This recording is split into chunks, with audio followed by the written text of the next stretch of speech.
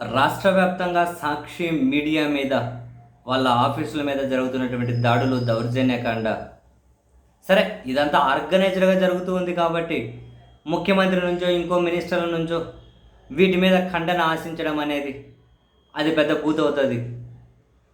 And అదే సమయంలోనే ఈ దాడుల్లో ఎక్కడ జనసేన బీజేపీ కనిపించడం లేదు కాబట్టి ఈ దాడుల మీద వాళ్ళ వర్షన్ అడగడంలో తప్పు లేకపోవచ్చు. సాక్షి మీడియా మీద వాళ్ళ హౌసుల మీద ఆర్గనైజ్డ్గా జరుగుతున్నటువంటి దాడుల మీద బీజేపీ అభిప్రాయం ఏంటో, జనసేన అభిప్రాయం ఏంటో ఒకసారి తెలుసుకుంటే భవిష్యత్తుకు ఒక రెఫరెన్స్గా పనికొస్తుంది కదా.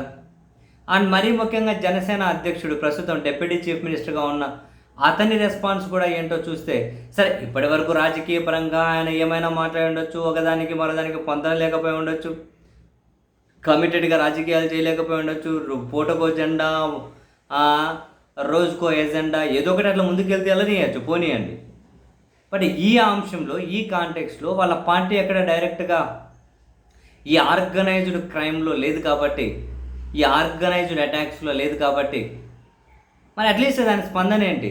సాక్షి మీద దాడులు ఖండిస్తూ ఉన్నారా, సమర్థిస్తూ ఉన్నారా? దాడులు చేయడం కరెక్టేనా, లేకుంటే మరింత ఎక్కువగా దాడులు చేసేది ఉండరా, లేకుంటే దాడులు చేయడం తప్పంటారా? ఏదో ఒక అభిప్రాయాన్ని అయితే డిప్యూటీ సీఎంగా ఆయన చెప్పాలి, ఏదో ఒక అభిప్రాయం అయితే చెప్పాలి. మౌనంగా ఉన్నారు అంటే దాడులకు మద్దతు ఇచ్చినట్లే భావించాల్సి ఉంటుందా? మౌనంగా ఉంటే ఒకవేళ తప్పు అయితే ఖండించాలి కదా. అట్లీస్ట్ ఏదైనా కనుక డైరెక్ట్గా దాడులు తప్పు అనకపోయినా మీడియా మీద దాడులు చేయకండి అని ప్రత్యక్షంగా పరోక్షంగా ఏదో చెప్పగలగాలి కదా. ఈరోజు మౌనంగా ఉన్నంత మాత్రాన భవిష్యత్తులో సమాధానం చెప్పే రోజు వస్తుంది కదా.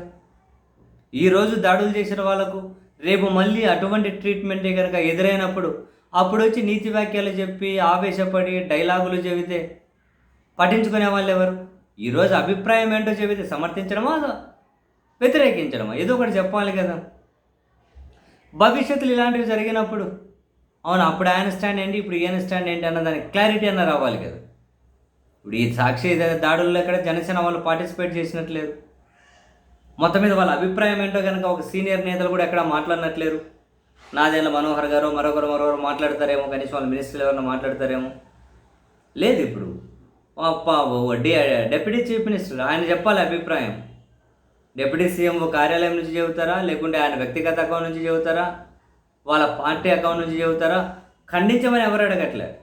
మీరు ఖండిస్తున్నారా, సమర్థిస్తున్నారా? దాడులు కరెక్టా తప్ప? సో జనసేన పార్టీ అభిప్రాయం ఏంటి? సరే మీరు కొమ్మినేని శ్రీనివాసరావు మీద అరెస్టు మీద మీరు స్పందించారో ప్రభుత్వం మీద కాబట్టి పక్కన పెట్టేద్దు. ఇప్పుడు దాడులు చేస్తుంది ఒక పార్టీ కదా. ఆ దాడులను మీరు కూడా క్లెయిమ్ చేసుకుంటున్నారా? ఆ దాడులకు మీ మద్దతు కూడా ఉందా, లేకపోతే ఖండిస్తున్నారా? సో ఏదో ఒక స్పందన అయితే వీళ్ళ దగ్గర నుంచి ఖచ్చితంగా మనం ఎక్స్పెక్ట్ చేయాల్సిందే.